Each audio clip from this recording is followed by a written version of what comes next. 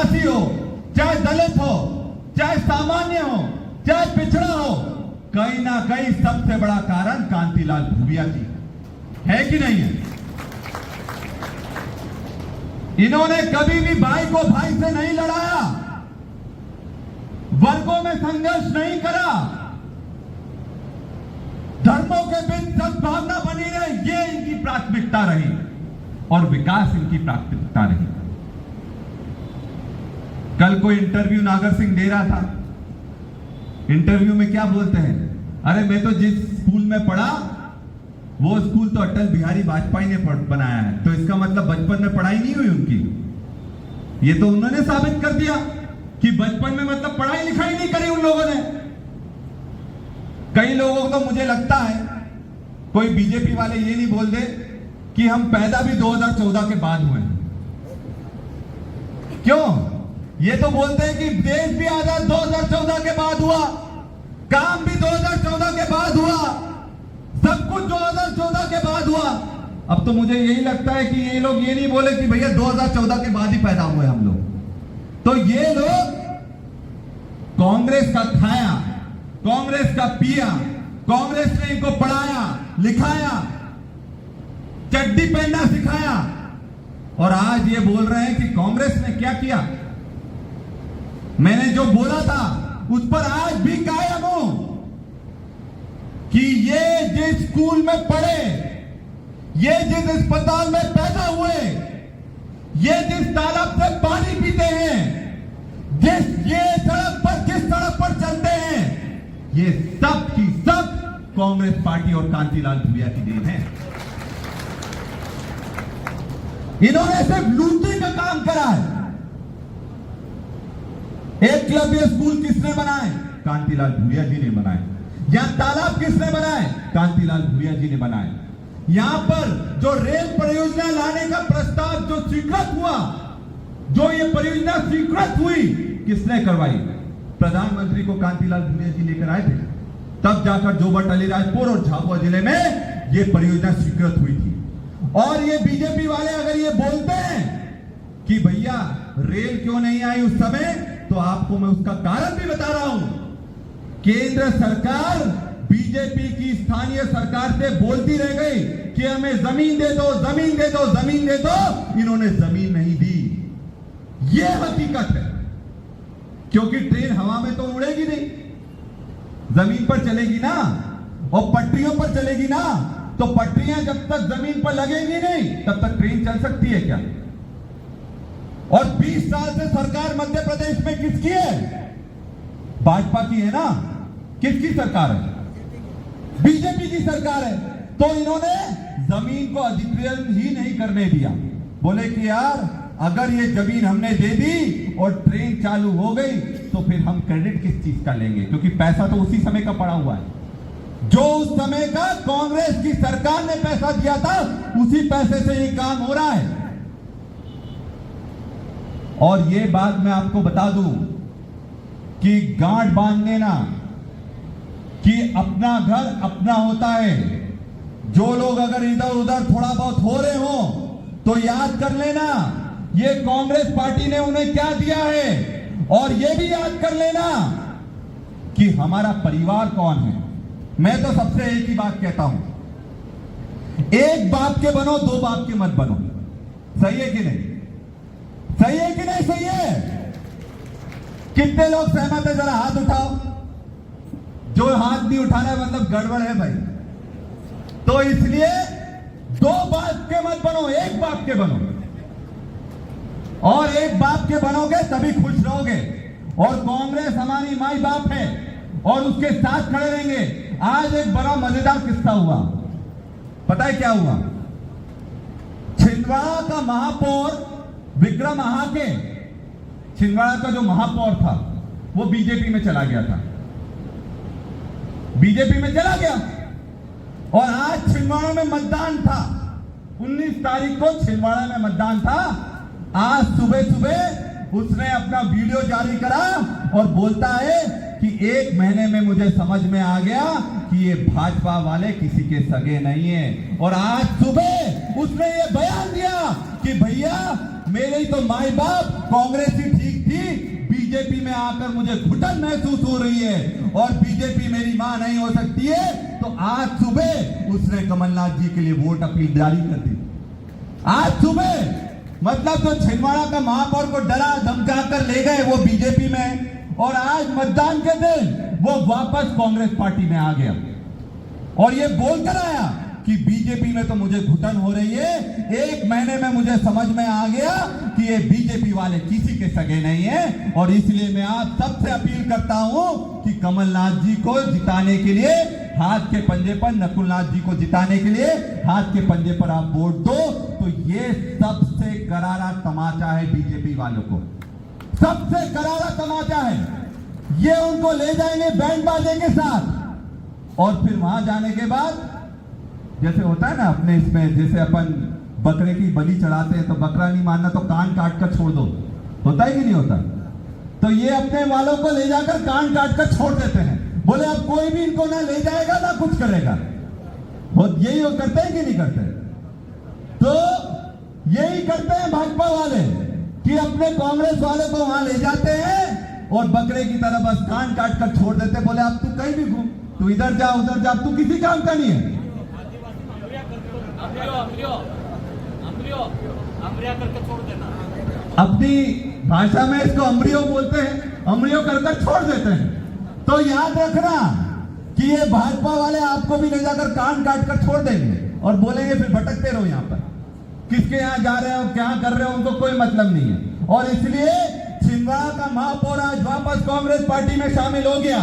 तो ये हमारी कांग्रेस पार्टी की विचारधारा की जीत है कि हम बिकाऊ नहीं है, क्योंकि देखो बिकाऊ वाला तो जाएगा, पर आज जो बैठे वो सब टिकाऊ लोग हैं। तो हम तो टिकाऊ थे, हैं और रहेंगे, हम बिकाऊ लोग नहीं हैं, ना कोई हमको खरीद सकता है। क्योंकि इनके मंत्री क्या बोलते हैं, बीजेपी के मंत्री बोलते हैं, बोले हमारे पास जो आ रहा है कचरा आ रहा है, गीला कचरा, सूखा कचरा, मेडिकल वेस्ट। बोला कि नहीं बोला? उनके मंत्री ने बोला, प्रहलाद पटेल ने बोला हम तो डस्टबिन है और ये कचरा हमारे पास आ रहा है। तो जो कचरा है, अगर खुद को कचरा समझते हो तो चले जाओ, और कचरा नहीं समझते हो तो यहां ही खड़े रहो, अपने घर में खड़े रहो। और इसलिए मैं फिर बोलता हूं कि आप लोग पूरी ताकत से, दमखम से ये चुनाव लड़ना है, क्योंकि हमारा प्रत्याशी हमारे यहां से है, और हमारे प्रत्याशी को, अपने परिवार को जिताने के लिए दिन रात हमको एक करना पड़ेगा। तो तैयार हो कि नहीं हो? क्यों, जरा हाथ उठाकर बताओ कितने लोग तैयार हैं? दो हाथ वाले ठीक है, एक हाथ वाले गड़बड़ है भाई। तो दोनों हाथ उठाओ और इससे समझ में आएगा कि हाथ उठा रहे तो मतलब सही काम कर रहे हैं। और ऐसा नहीं है कि फिर बाद में बोलो भैया हमने हाथ उठा दिया था। भैया बूथ पर भी काम करना पड़ेगा, क्योंकि बूथ पर काम करोगे तभी हमारी जीत होगी। और एक और मजेदार मैं बात बताता हूं, आपको पता होगा कि कांतिलाल भूरिया जी को आपने कितनी बार सांसद बनाया? 5 बार। कितनी बार सांसद बनाया? 5 बार। तो अब क्या छक्का मारना पड़ेगा, 6ठी बार जिताना पड़ेगा, और छक्का मारना भी पड़ेगा और बीजेपी वालों के छक्के छुड़ाने भी पड़ेंगे।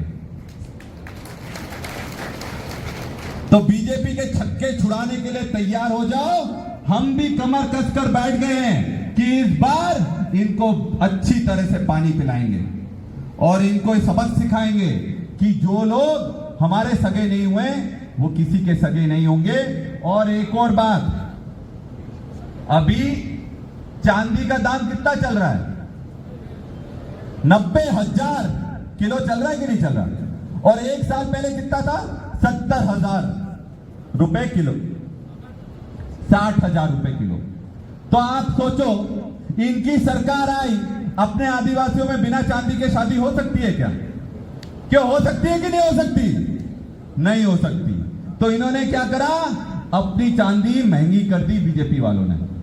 अब बोले जो 60,000 की चांदी मिल रही थी, अब 90,000 में खरीदना पड़ रही कि नहीं करना पड़ रही? और किसकी जेब से पैसा जा रहा है? अपनी जेब से पैसा जा रहा है। और यही नहीं, अपने जब शादी करते हैं तो अपन धूमधाम से शादी करना चाहते हैं कि नहीं करना चाहते? सब करते हैं, भले पैसा हो ना हो, उधार लेकर भी 100 गाड़ियां चलना चाहिए और डीजे चलना चाहिए।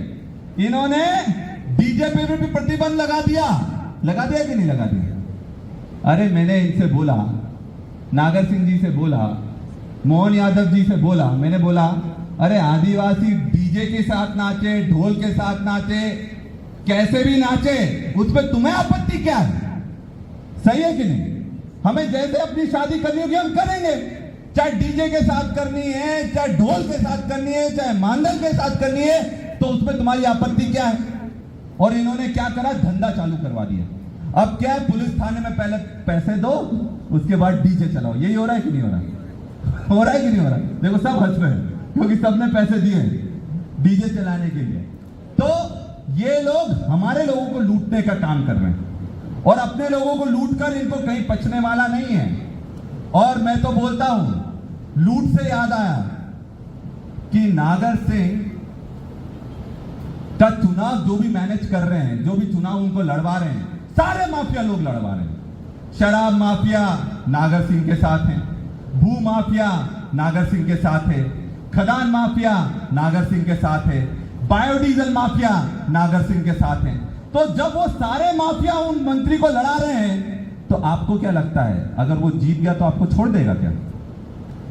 जिस दिन नागर सिंह जीत गया, और आप देख लेना लोकसभा चुनाव के बाद ये सब कुछ बेचना शुरू कर देगा।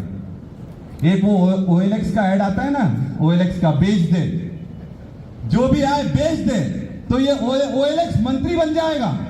खदान बेच दो, जमीन बेच दो, जंगल बेच दो, लकड़ी बेच दो, बायोडीजल बेच दो, तो ये सब कुछ बेच देगा, OLX मंत्री बन जाएगा। इतना ध्यान रखना।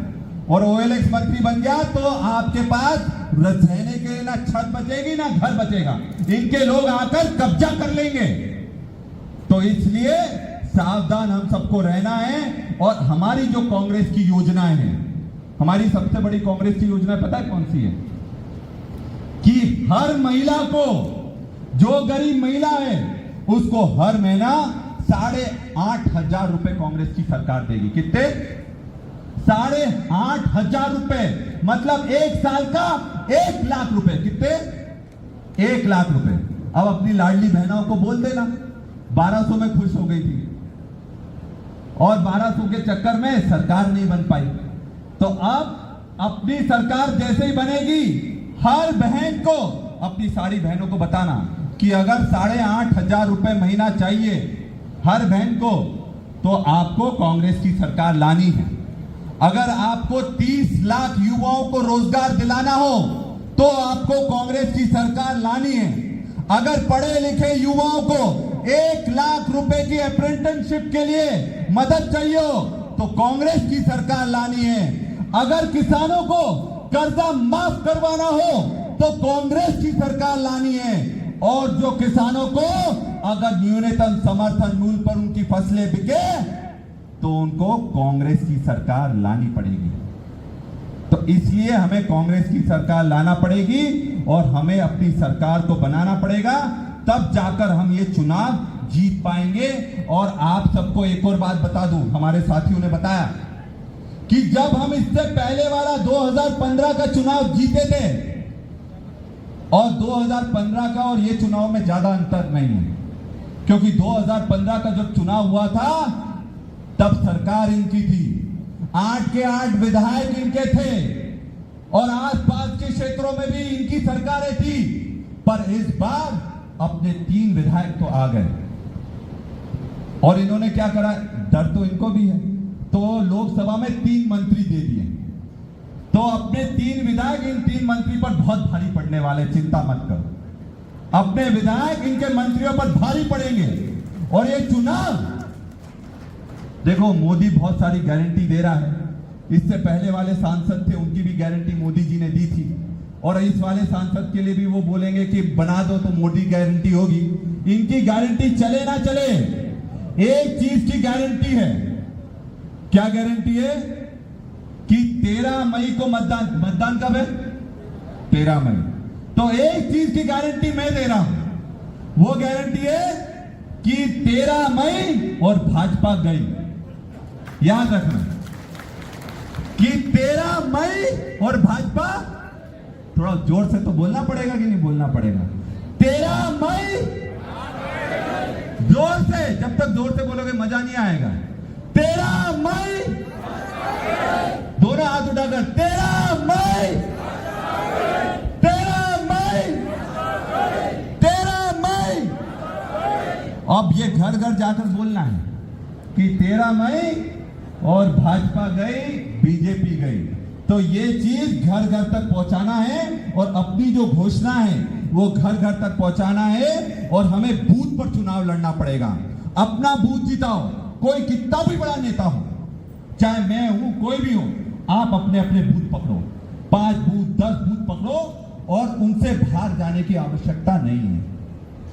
आप लोग अपना बूथ जिता दोगे तो आप ये चुनाव जिता दोगे। और इसलिए आप सब में परिवार को मैं बहुत बहुत धन्यवाद देना चाहता हूं कि आज आप सब लोग यहां पर आए और पूरी ताकत से हमने चुनाव का शंखनाद करा है। और जो 24 तारीख को हम जो नामांकन का कार्यक्रम रख रहे हैं, वो 24 तारीख को क्यों रख रहे हैं आपको पता है? 24 तारीख को इसलिए रख रहे हैं क्योंकि उस दिन हम सब की जीजी कलावती बहन की पुण्यतिथि है, उस 24 तारीख को।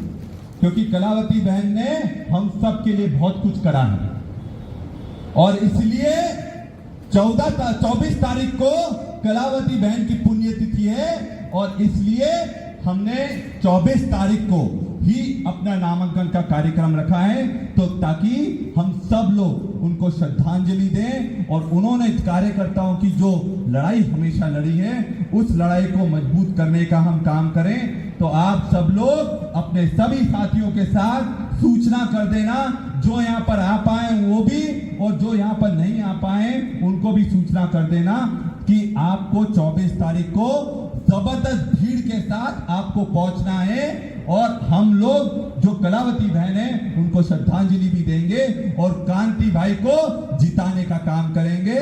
तो आप सबको बहुत बहुत धन्यवाद और लड़ने के लिए तैयार हो जाओ। आप सब मजबूत कार्यकर्ता हो, दबंग कार्यकर्ता हो, डरते नहीं हो, संघर्ष करने वाले साथी हो और आपकी लड़ाई लड़ने के लिए हम लोग तैयार हैं। तो एक जोरदार नारा के साथ मैं अपने वाणी को विराम दूंगा। एक जोरदार नारा लगाइए, ले